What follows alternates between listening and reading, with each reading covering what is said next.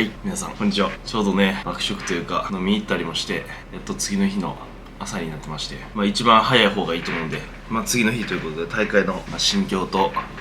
感想と、これからちょっとどうしていくかっていうのを細かく話していこうかなと思います。まずね、今回の大会が11月25日と12月17日の、昨日あった大会に今回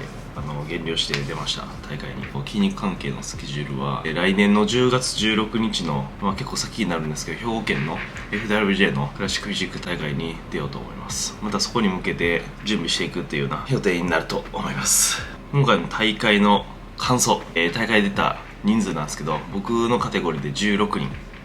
になってまして、で一応、結果から言うと16人中の9位かな。ファーストコールが8人呼ばれて、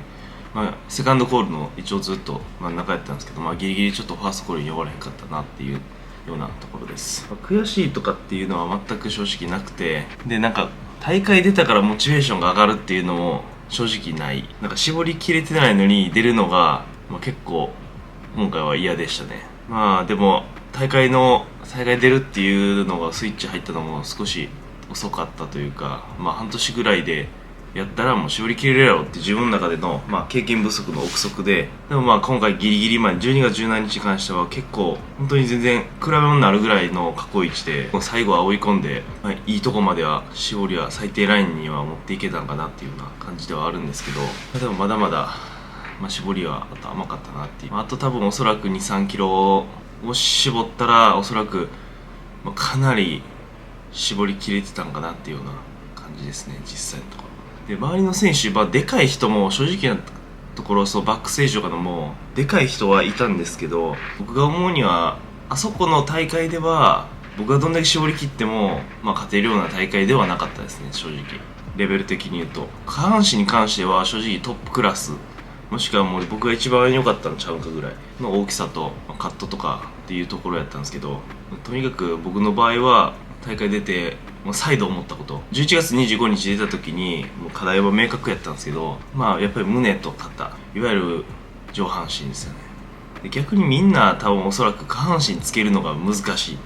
て思う人が下半身つけるのがすごい難しいんですよ、皆さん。で僕の場合はもう下半身がやっぱつきやすくて、ウエイトリフティングを、高校の時にやってたっていうのもあるんですけど、ここ入る前、その前からでもう自転車こいでてもすごい足がパンパンになってでかくなるっていうタイプやったんで、その代わりというか、上半身を鍛えるのがすごい大きくするのが苦手というか、不得意というか、なんですかね、とりあえずみんなと逆なんですよね。で今回の大会までも正直足のトレーニングって一応やってはいたんですけど、そこまで限界まで追い込むとかっていうのはなかったですね。本当に足の部位でも自分の弱点の部位を集中的に鍛えてたっていう感じで、前から見た時の前足とかはもう基本的に1種目とか2種目をもう3セットぐらい4セットポンポンってやって、あとはノーストリングスとか内転筋とかをもうがっつりやってたっていうような感じですね、実際。なんでもう本当に課題は明確で、もう本当に胸と肩、あと背中の広がりですね。やっぱ肩幅がない分もう筋肉でカバーするしかないので、本当に背中の広がりですね。厚みは正直あるんですよ、割りかし。広がりがとにかくない。厚みはあるけど広がりがないっていうので、もっと広背筋を大きくするっていうのがもう重要やなっていうような感じですね。胸と肩とあと背中の広がりっていうところを重視して、で腹筋も正直絞り切ったらかなり出ると思うんで、別にそこら腹筋もそこまで課題ではないかなって。腕も割かしやった方がいいと思うんですけど、やっぱり優先順位的にやっぱり胸と肩ですね、今年は。で今後の僕の生活スタイルの環境なんですけど、一旦ちょっと12月17日終わったら引っ越すっていうことやったんで、神戸の方にちょっと引っ越します。個人でパーソナルカウンセリングっていうのを週に1回パーソナルカフェっていうので芦屋の方で店を構えてやってたんですけど、それをちょっと本格的にオンラインコーチングだったりとか食事制限とか、あとトレーニングのパーソナルとかカウンセリングももちろん、そこら辺を本格的に自営業としてやっていこうかなと思います、神戸の方で。であとは年始に芦屋のパーソナルスペースあるんですけど、僕がパーソナルカフェやってたところなんですけど、そこでちょっと居酒屋やりたいと思います。そこも毎日やろうと思ってたんですけど、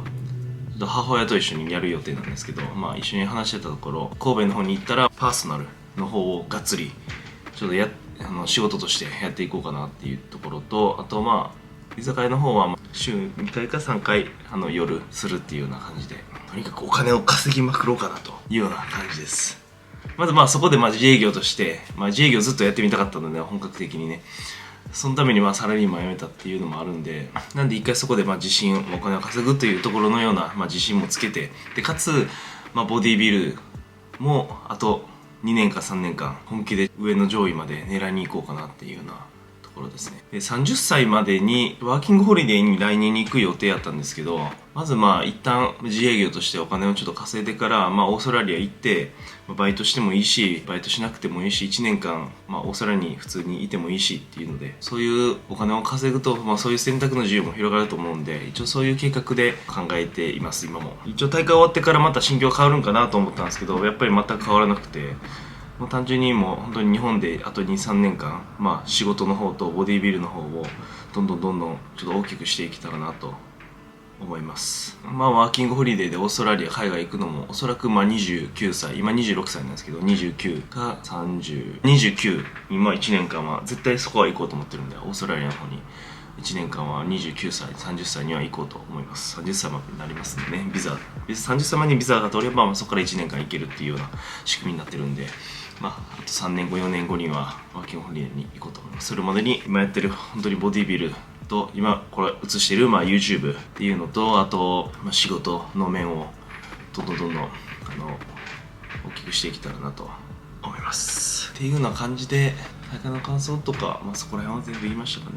もう大会もね、緊張も正直するとかでもないし、やっぱり全力で準備してきたからこそ、やっぱり緊張っていうよりも早く見せたいじゃないけど、どこまでできるかっていうワクワクは正直ありましたね今回。周りの人に比べたら